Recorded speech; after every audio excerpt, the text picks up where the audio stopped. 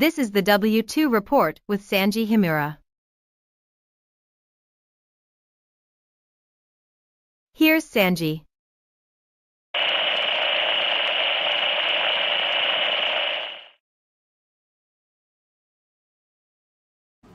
Hello everyone and welcome to another exciting episode of the W2 Report. I am your host Sanji Himura. Today we are taking a deep dive into news without the echo chamber. But before we get started, let's go over the ground rules with Lord Crocker Squirrel as always. Rule 1, be not a dick. Don't be the dick either. Rule number 2, if you are questioning what we mean by that, please refer to rule number 1. Please do not go after anybody we may or may not be talking about today, because that will make us a sad panda and we will disavow any knowledge of your existence. Shall we go Super over... disavow. Yep. Shall we actually go over some news that took place this week? Go for it. Alright. Our top story of the day. Nintendo reportedly almost discouraging Switch 2 development as studios are being told to launch games on Switch 1 and rely on backwards compatibility instead. This is written by the great Tom Phillips over at Ignorant. This suggests to me that they released the Switch 2 quite a bit earlier than they should have.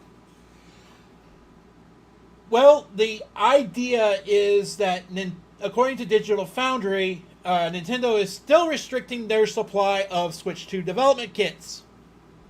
Oh, really? The dev kits are missing. Yes. Out fucking standing. Out goddamn standing. Yeah, no. It seems like they should have had those all set and run and out the door like long time ago. Which means again, the Switch 2 was launched way too early. The Switch 2 was launched far too early. Because the only people apparently that had dev kits in advance was no friend of themselves. Actually, that's not true. I said it looks like. Is that actually what happened? Maybe not. No, because hardware was given to some indie creators, including a team behind a campfire simulator. A what simulator? A campfire simulator. Ah, yes. Okay.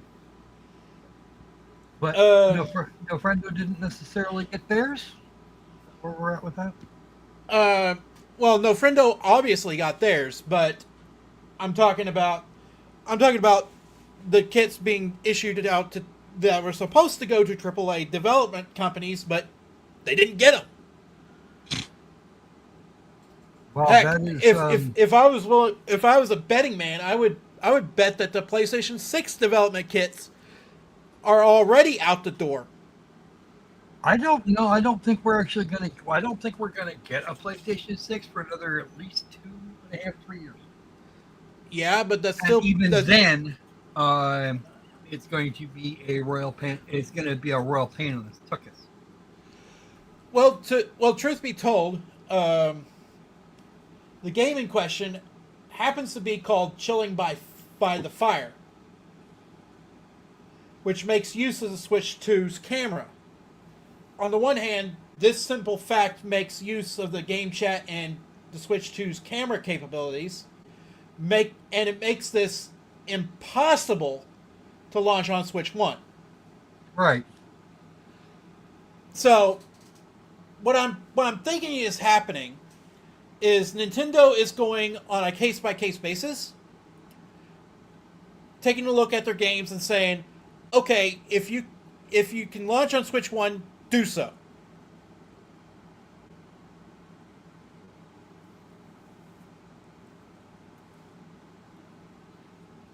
Because you know how Nintendo always goes for the gimmicks. Of course. Well, you had to have a Wiimote waggle to even develop for the Wii. Yeah. Unless you're no friendo, and then most of the time they added those by default. Same thing with the Wii U and its touchpad controller, or Heck, shall even we say, massive fracking brick. yeah, heck, even Switch One has some gimmick in it Well, that and the Switch One that, and the that is Switch bound and Two, determined to be. and its camera, both have a similar motion control gimmick. Yeah, Because they're effectively the Switch 2 is more or less an upgraded version of the Switch. yeah. As far as I can tell, not even substantially so.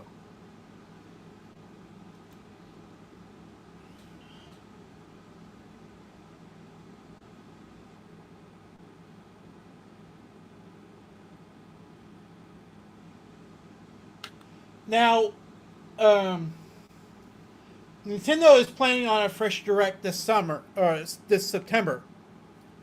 So, uh, it it's but fans are expecting Metroid Prime 4 news and Mario details for Switch 2. I don't honestly if they had a Switch 2 Mario game in the pipe, one would think It would they'd have been a pushed launch. it It would really have been a hard, launch title. and we would have seen it either at launch or much closer to. Yes, you're right. Within a week, maybe two at the most. Because how long did it take them to get Mario Odyssey out the door? At least 3 weeks. Still within the Again, launch it window. wasn't long. Yeah, it wasn't long.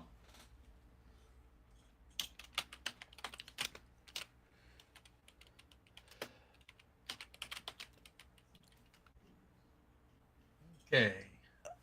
Our next story in 10 seconds after this channel identification. This is the W2 Report with Sanji Homura. Here's Sanji. All right, our next story of the week: Black Ops 7 has already beaten Battlefield 6, according to an analyst. We discuss.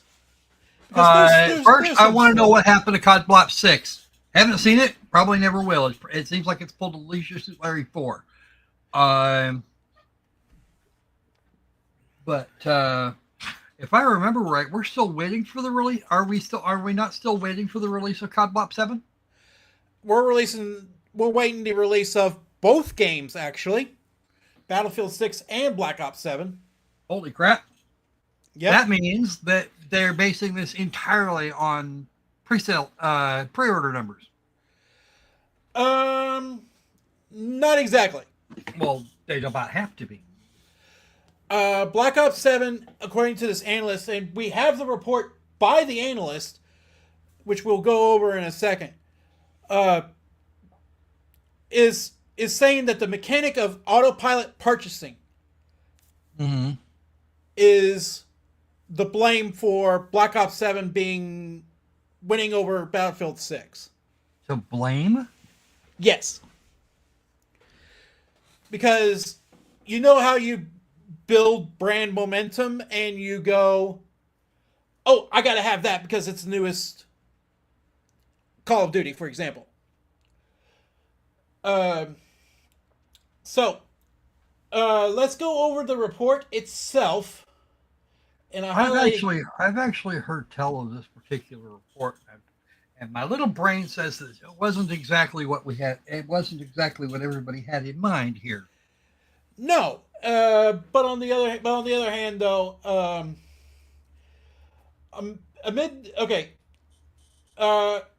yes, with 2.7 million wish lists and revenues over $35 million on Steam alone. Mm-hmm.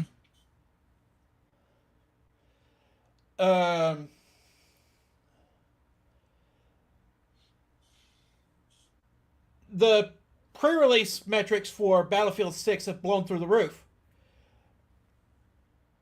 which is literally something you can't do in the game. Huh. Okay, just as a weird thing, Run that by me one more time. They have 2.7 million wish lists and pre-order revenues of $35 million on Steam alone. Okay. So how are we supposed to work that all together? Your numbers based on wish listing is absolutely worthless. It's useless. Yes, that's true. Okay, because just because a wish list a game doesn't mean I'm gonna be able to. I'm either going to be inclined or able to buy it for anywhere from 6 months to 5 years down the line. Okay, here's what happened. They pre-sold 600,000 copies. Okay, which is And not a bad thing. It's not no, really much. it's not terrible numbers, mind you. It's not the five. It's not the 5 to 50 million they think they're going to get, but it's a lot. Yeah, it's a lot. Now, back in 2021, EA put the Battlefield franchise under the stewardship of a one Vince Zampella. Zampella was the first-person shooter maestro who heralded the Call of Duty's golden days, including the original Modern Warfare game.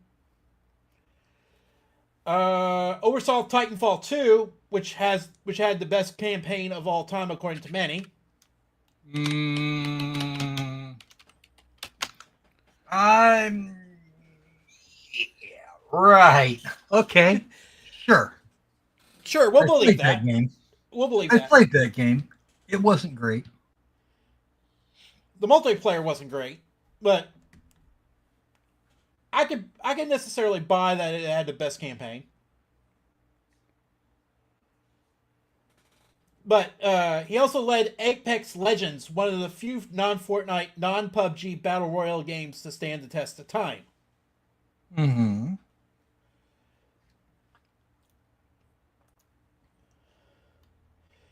Now, here are the numbers in itself. 605K pre-orders.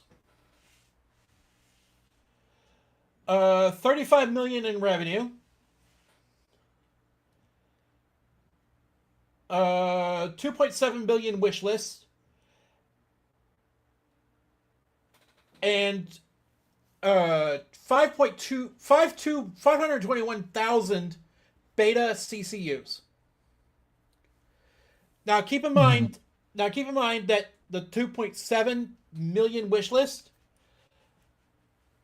also included players who played Call of Duty at 62%, Battlefield 2042 at 48%, Helldivers 2 at 33%, and Delta Force at 27%. This is according to Atlanta Analytics. Now,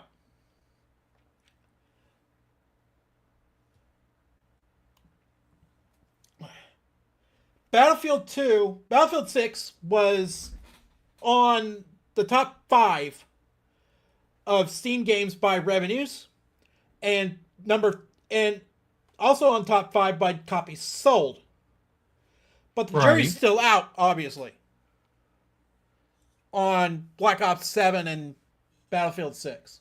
Well, clearly they would have to be because, again, numbers of wish lists do not translate directly into sales. It's just like you provide X object for free for a free download, and then expect that something similar to it would sell similar numbers. That's similar to the same numbers, or maybe even more. This has and never will be the case. So now, our analyst is, well, mental. Well, here's how we got there. Here's how we got to the 2.7 million wish list.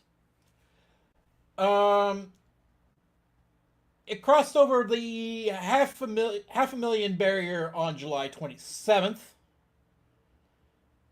Climbed steadily until we got to July 31st, which is when the multiplayer trailer dropped. Then it spiked to 2.2 million by August 4th.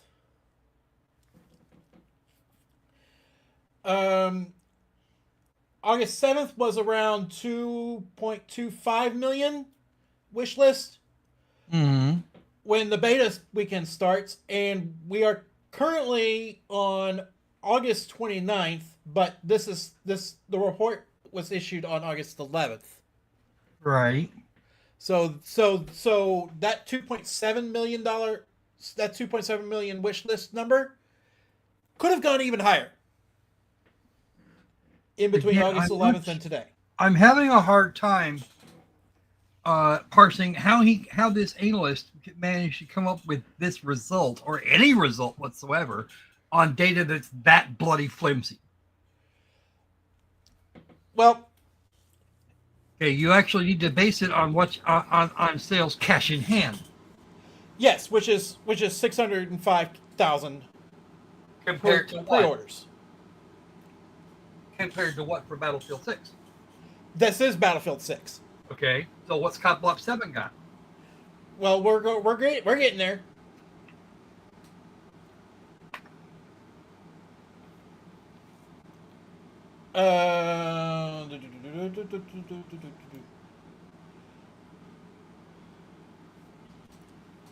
Okay, here it is. This is crucial, as over 60% of the beta wish listers have played a Call of Duty game via their launcher.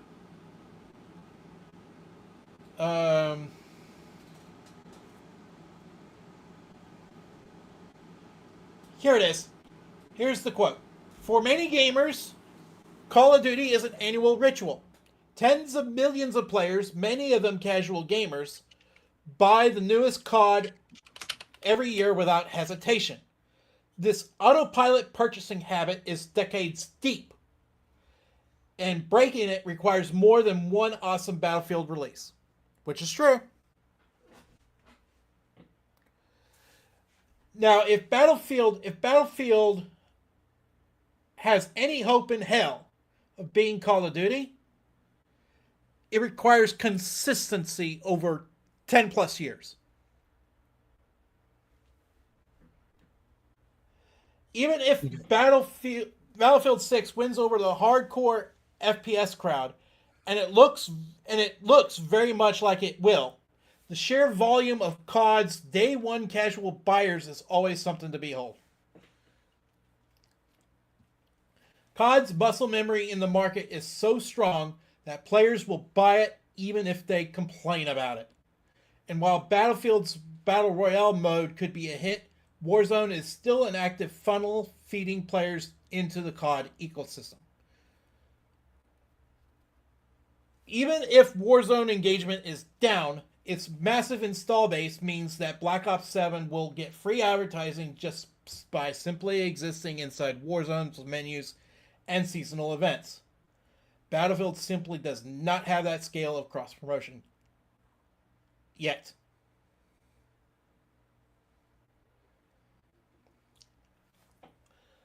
And here is a couple of points that I would want to bring up. The jury is still out on whether Battlefield can keep up with that kind of cadence. And the reality is that COD's sales floor is higher than Battlefield's sales ceiling for this year. Anyway. I find that claim questionable. The only real thing it would come down to is, do you want micro-active-blizz, or do you want, egotistical assholes? That would charge you 50 cents for a reload. Yeah, no shit. You can have 100 rounds of ammo. It's only going to cost you $50. Yeah.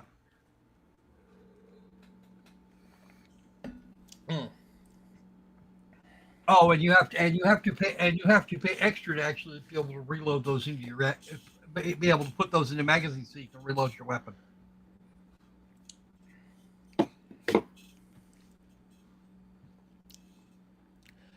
Okay, Bungie in about 10 seconds. This is the W2 report with Sanji Homura. Here's Sanji. Pete Parsons is now officially out at Bungie. That Now, sounds like a good thing, considering what Pete Parsons has been putting them up to for the last while. yes. Longtime at Bungie executive Pete Parsons stepped down from his role in the company on Thursday, meaning last Thursday, ending his decade-spanning career with the studio. He became Bungie CEO in 2016 after serving as executive producer and chief operating officer since 2002. The journey has been an honor of the lifetime, Parsons said in a statement on Bungie's website. When I was asked to lead Bungie back in 2015, my goal was to grow us into a studio capable of creating and sustaining iconic generation-spanning entertainment. We have been through so much together. We launched a bold new chapter for Destiny, built an inevitable independent live ops organization capable of creating and publishing its own games, and joined an incredible family at Sony Interactive Entertainment. Justin Truman has been named his successor. He was previously general manager for Destiny 2 and the company's chief development officer. Okay, this is its own batch of problems. Nothing personal to either of them. Some sort of a change was going to happen at Bungie. The only question was what was it? And who was ultimately responsible for pushing Mr. Parsons out? Oh, there's more to it than that. When you really get down to all the tacks of brass, there's more to it than that. There really is. And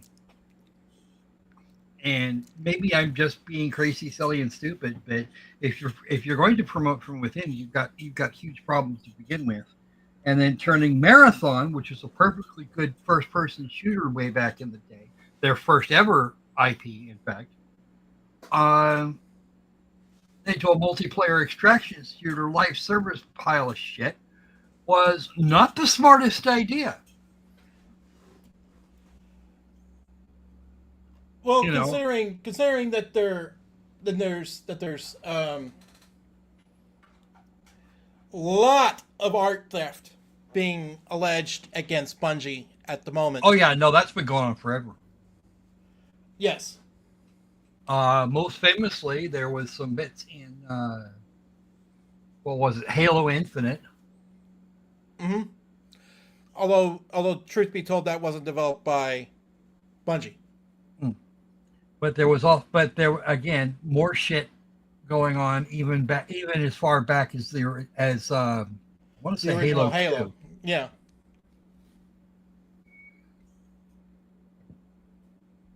Okay, 343 Industries is its own problem, but yeah, no, we've got art theft issues going almost all the way back through their entire history. I kind of want to broaden that statement. I kind of want to say that the art theft issue has been so rampant in the industry today that Bungie thought it was okay to steal people's art and nobody would give a damn. People did give a damn, especially with Destiny and Destiny 2.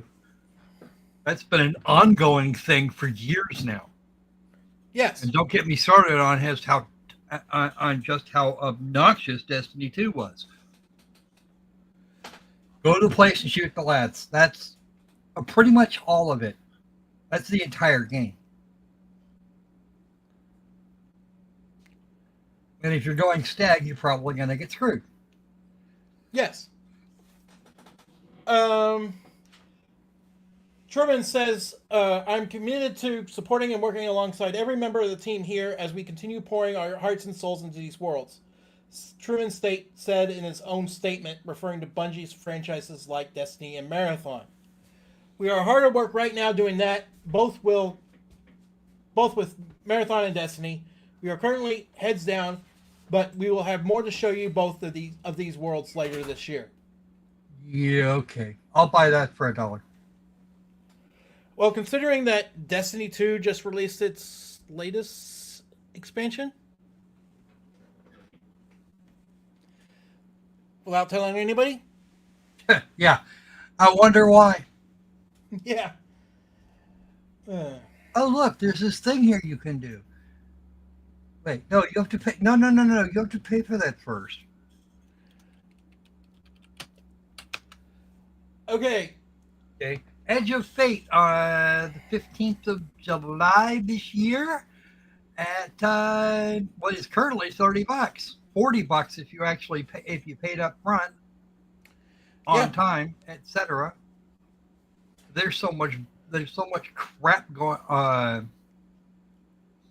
there's so much crap going on in the DLC department that you're going to be doing all of it, really. Yeah. I mean, we're talking about $500. Yeah. Seriously, About $500 to get everything for a to get everything for a game that's free. $500? Are you serious? It's $472 and change for the DLC sum total, including the Year of Prophecy Ultimate Edition upgrade, which is that's just the upgrade. The Ultimate Edition probably doesn't include the most recent. Yeah. So, if you look at the amount it's going to cost you for to just buy all the DLC, it's $400 as individual bits. You're talking about $472.86. Although one of those, just one, is an upgrade to this to what is supposed to be the Super Fuck You edition. Yeah. A full year of exploration and adventure with Destiny 2, Year of Prophecy Ultimate Edition, featuring 2 expansions, Edge of Fate and Renegades. That's just their first year. I mean, I'm actually looking at this stuff right off the top. Yeah, that's true. Okay, so if we remove $100 for the Year of Prophecy Ultimate Edition. However, if you bought the Year of Prophecy at the time without the Ultimate Edition upgrade is another $60 on top of the $80 you spent for Year of Prophecy. Oh my God. Okay. And it would appear that a good chunk of this is, you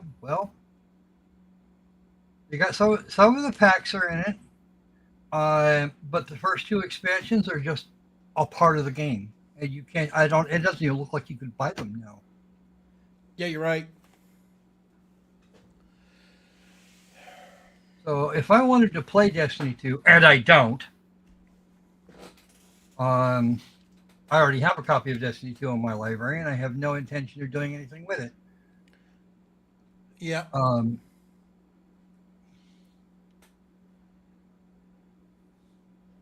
Okay, Edge of Fate, if you wanted to get it, by itself is $40. That's more in line with their DLCs. Okay. But we have lots of stuff here. Lightfall, The Witch Queen, 30th Anniversary Pack. The Final Shape, Lightfall, and The Witch Queen are $90 by themselves. But again, if you want to buy all of it, all the things, including paying full price for like 3 different paying full price for 3 different versions of shit, you're still looking at $470.86. After taxes, you're probably looking closer to $5. Yeah. And actually, taxes here would push that over $5. Just so everybody knows, I could buy a Switch 2 for that kind of money. Yeah. Or a whole pile of Switch games, a bunch of Steam games. Yeah, no. And on top of that, they sell coins. Yeah. Which is even more. And you have if you want consumable. The 10,000 silver, which will include a 2,000 coin bonus, you're at $100. Yeah. I buy the whole damn thing. I could at least in theory, buy all of it for that. Yeah. Oh, and they use Battle Life because fuck me. Yeah. No, we're not doing that. I am not playing a game that demands we give kernel level access to hardware and software. I will not do. No. Long story short, not worth it. No.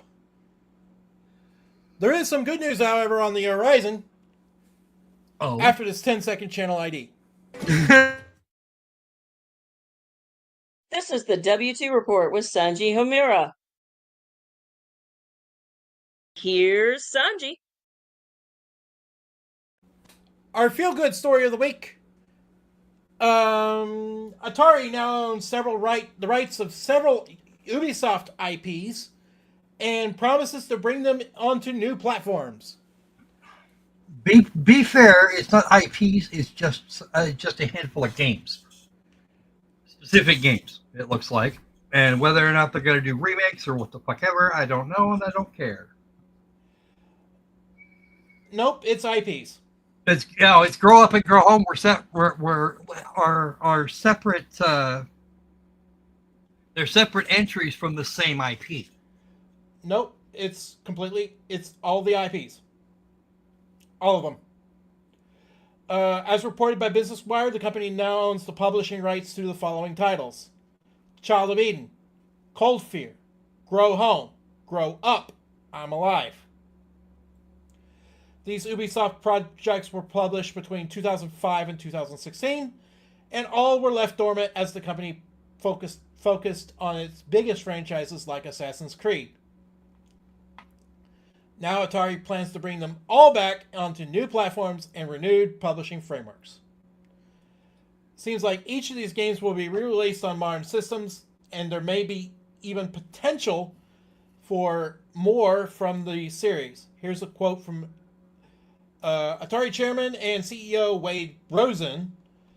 Ubisoft and Atari both have a legacy of crafting worlds that players can fall in love with, games that resonate with generations of players just for how they played, but for how long they made us feel.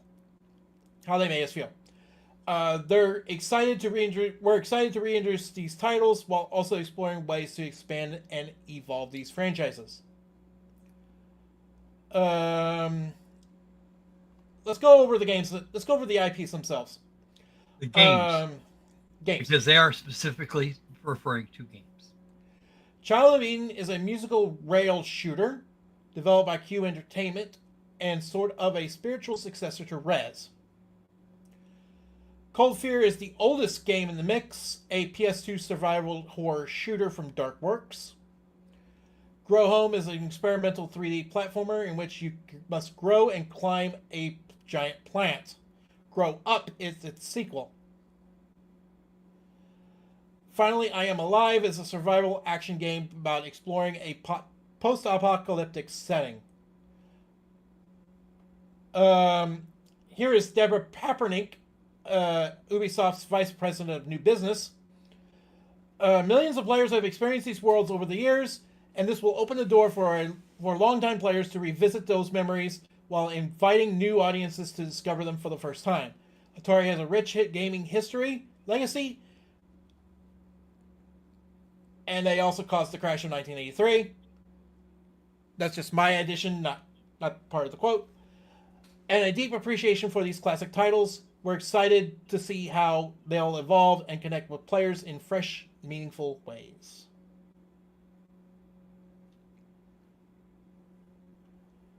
So, what do you think about this news? First off, again, they provided us with a list of specific games, not entire IPs. I'm thinking that if they're going to be doing more games in these sequences, they're going to have to. There's probably some more negotiation to be had. And our boy Wade lied not once but twice in a single sentence. Oh, Ubisoft hasn't put care and thought into a world since Assassin's Creed 2. that's We're going to true. go with that first. That's true. And Atari has never been, as far as I know, particularly big on actual expansive words that make you feel a fracking thing. Apparently, Atari has forgotten things like Alone in the Dark Illumination, in which it is not only you're not alone, but it's not even dark. So, yeah. Brilliant fire physics, gotta love those, but holy shit, the rest of it's all wrong. And their new version of and their newest Alone in the Dark, which is kind of a paint by numbers. So, yeah, no. The last time Atari tried to build a world, they did it for the Jaguar, and it went very, very badly. Yeah.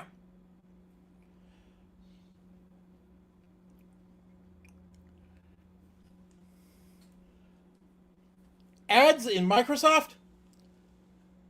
We find out why in 60 seconds. This is the W2 Report with Sanji Homura.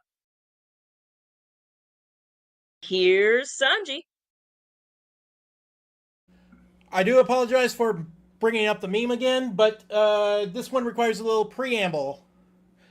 Tom Warren of The Verge, I believe,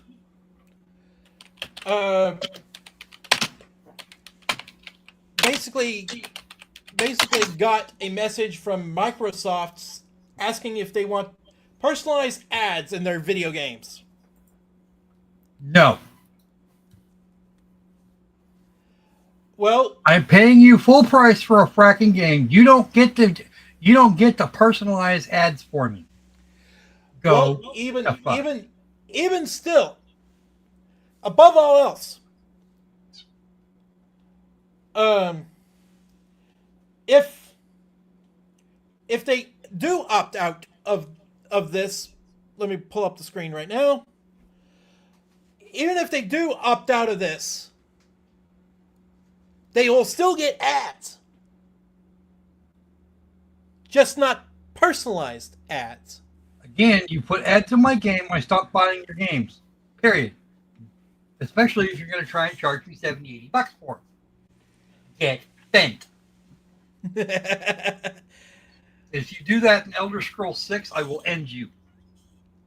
Yes. I will end you. Not seriously, of course, but you get the point. I don't have to buy your shit.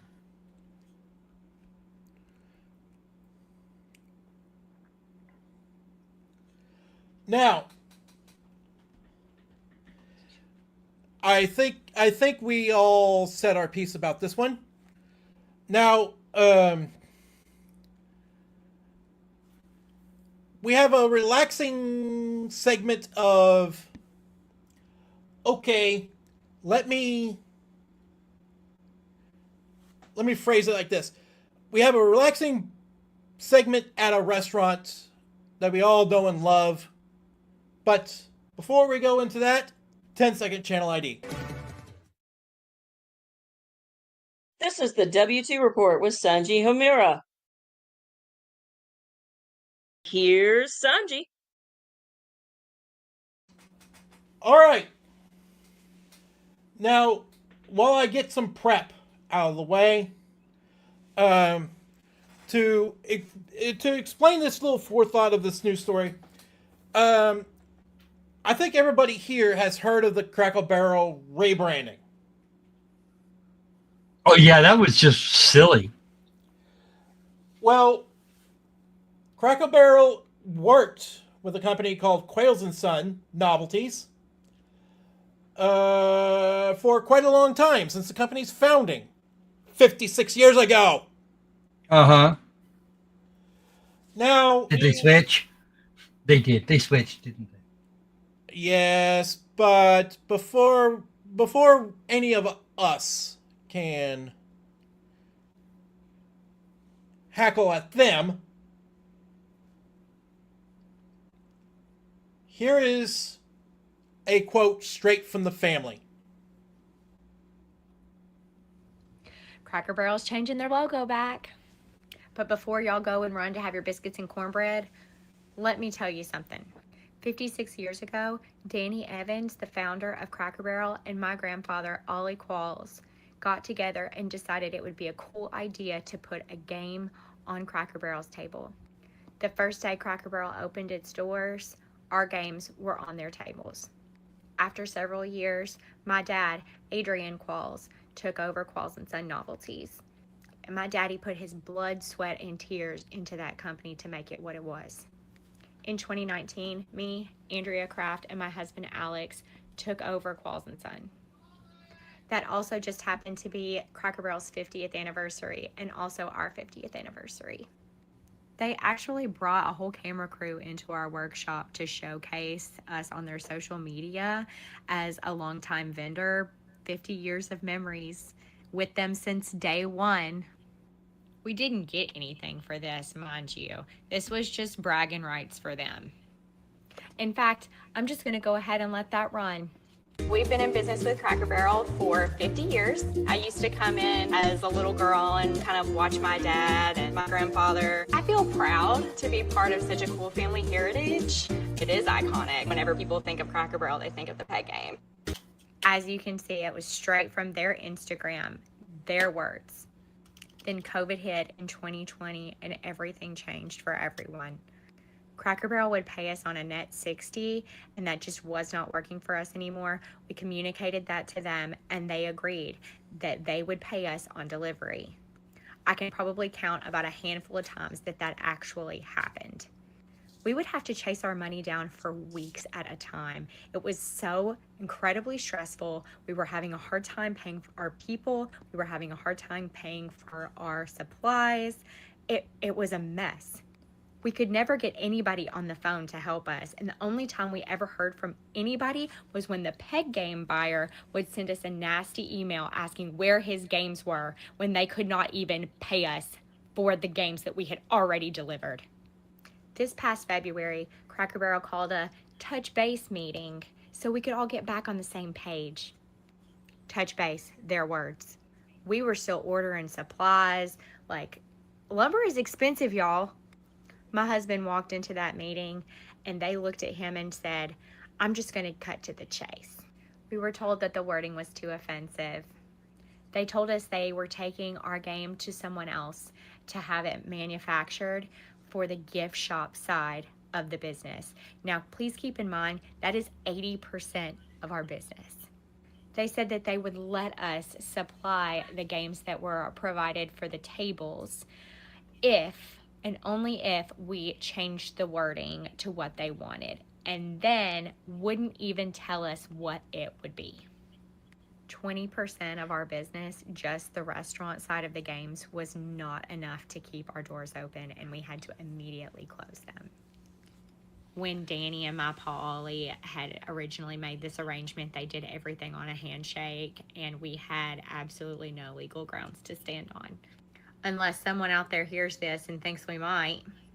A few months ago, me, my husband, and my dad had to watch all of the hard work, all of the equipment, everything get sold off at auction. So even if Cracker Barrel were to come back and ask us to make the game, we couldn't. There's nothing there. I truly believe that Cracker Barrel ran us out of business on purpose as an excuse to go to China. I truly believe that the people up at Cracker Barrel right now took advantage of the trust that was built between Danny Evans and my grandfather. I really freaking do. So if you're thinking about going back up there and eating the food that's absolute crap now at this point, remember that. Remember that. And maybe you can tell them how to spell embarrassed. My God. Wow. Okay then. Okay. You want to go first, or should I? You carry right on there, dude. Get down with your bad self. Okay.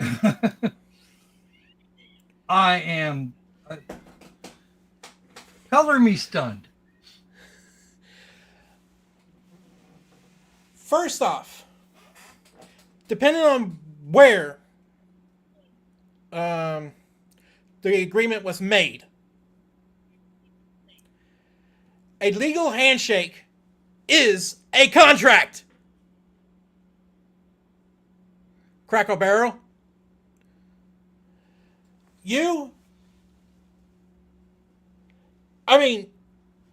I'm just floored right now, having watched the entire thing on a live stream, telling,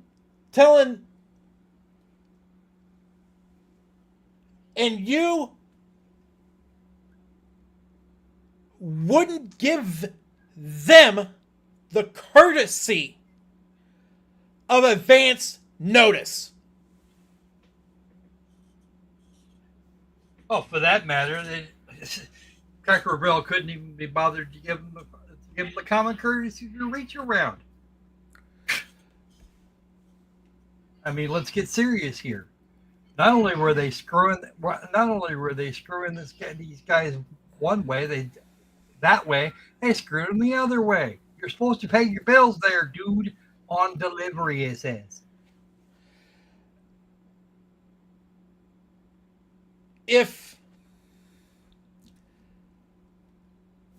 Miss Kraft has any legal protection, it's that the fact that you had 56 years to get out of that handshake. 56. Oh, and let's add insult to injury here for 5 seconds. These folks apparently kept up with their end of the bargain, and then Cracker Barrel went, and they did so for 50 some years.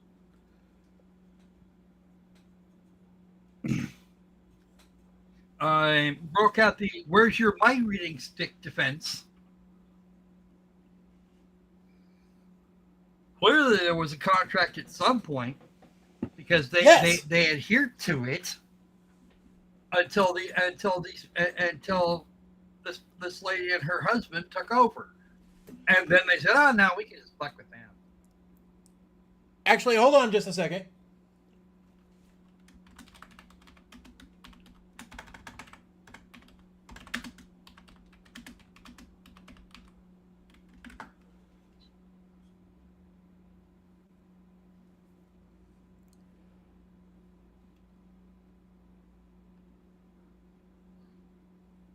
It isn't until... Come on. It isn't until this bitch took over the freaking company. Oh, goody. Notice it said November 1st, 2023. Yeah, sounds about right. That fits the timeline of... It does, actually. But I think the other... The company yeah, it fits the timeline of Cracker Barrel wanting to push out Qual and Sons novelties. It's Qual and Son, but okay. Yeah, well, still. I'm too mad right now. I'm too mad after watching that TikTok.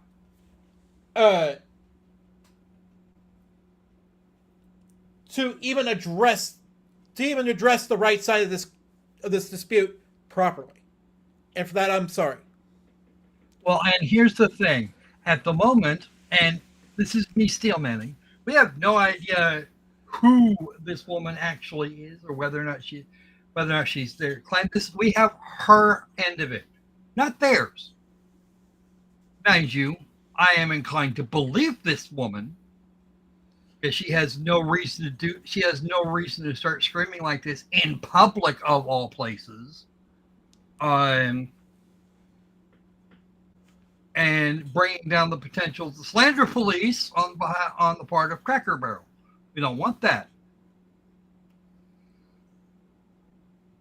A defamation case like that would be relatively easy to prove if they want.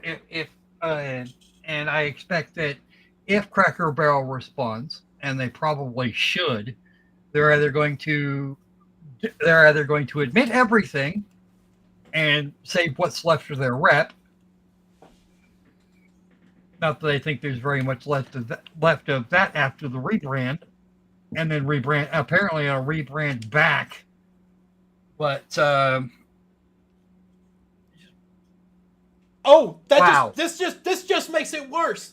According to Cracker Barrel's own website, she was named president and CEO of Cracker Barrel in July 2023. Yeah, that sounds about right. And she served as the president of Taco Bell, which tanked. Which explains a great many things. Yes. Which is why I keep hearing that Toxic Hell is not only bad, it got worse. Yes. She served as the president, senior vice president, and general manager at Fisher Price. Which explains even more, considering the quality control problems that they've been having, as well as all the other bullshit.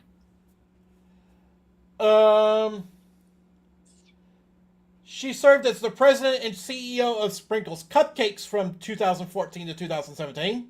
Don't know anything about them, but I'd be willing to bet they were worse off for it. From 2002 to 2014, she served in various leadership roles at Starbucks Corporation. 2002 to 2014. Yeah, that explains a great many things too. Maybe we should get Boom on and have her tell us all about the way Star Schmucks was run during that period of time. Why not? I'll have to bug her during her next live stream. Okay. And she also began her professional career at various corporate positions, including Gavia Chocolatier, Coach, J. Crew, and Macy's. I'm willing to bet this bitch tanked Macy's. Yeah, Macy's went sideways.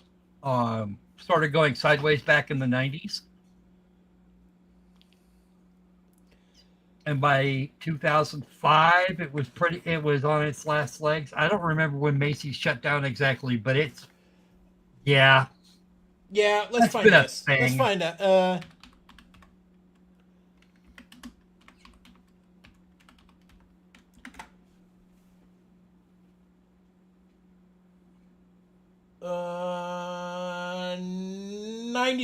1986.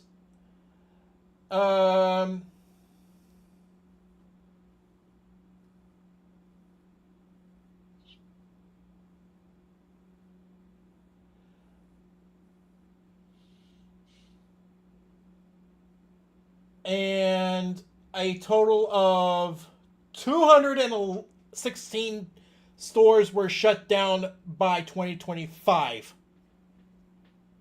That would be most of their inventory. Yeah. That should have been almost all of their stores, actually. Let me just do a quick search here.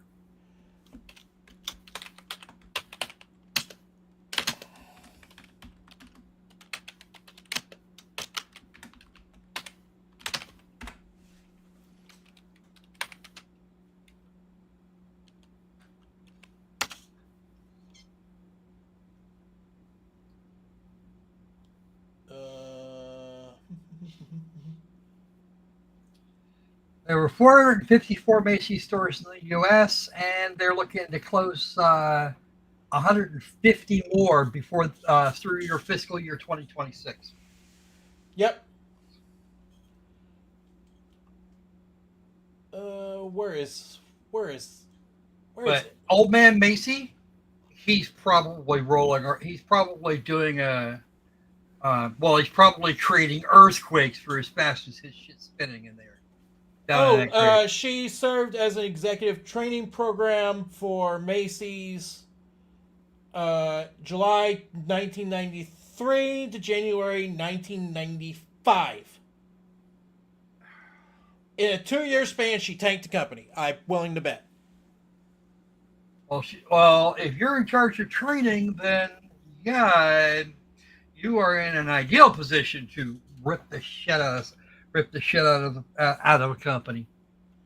Even more so than being the CEO. 8 Because you're months. training the people that are going to make the decisions. But that also means that woman's in her mid to late 50s. Yes. Or early 60s.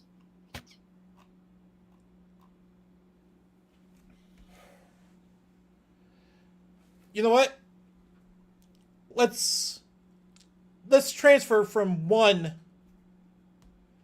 angry topic to another with our W2 report sneak peek for Tuesday. Ooh.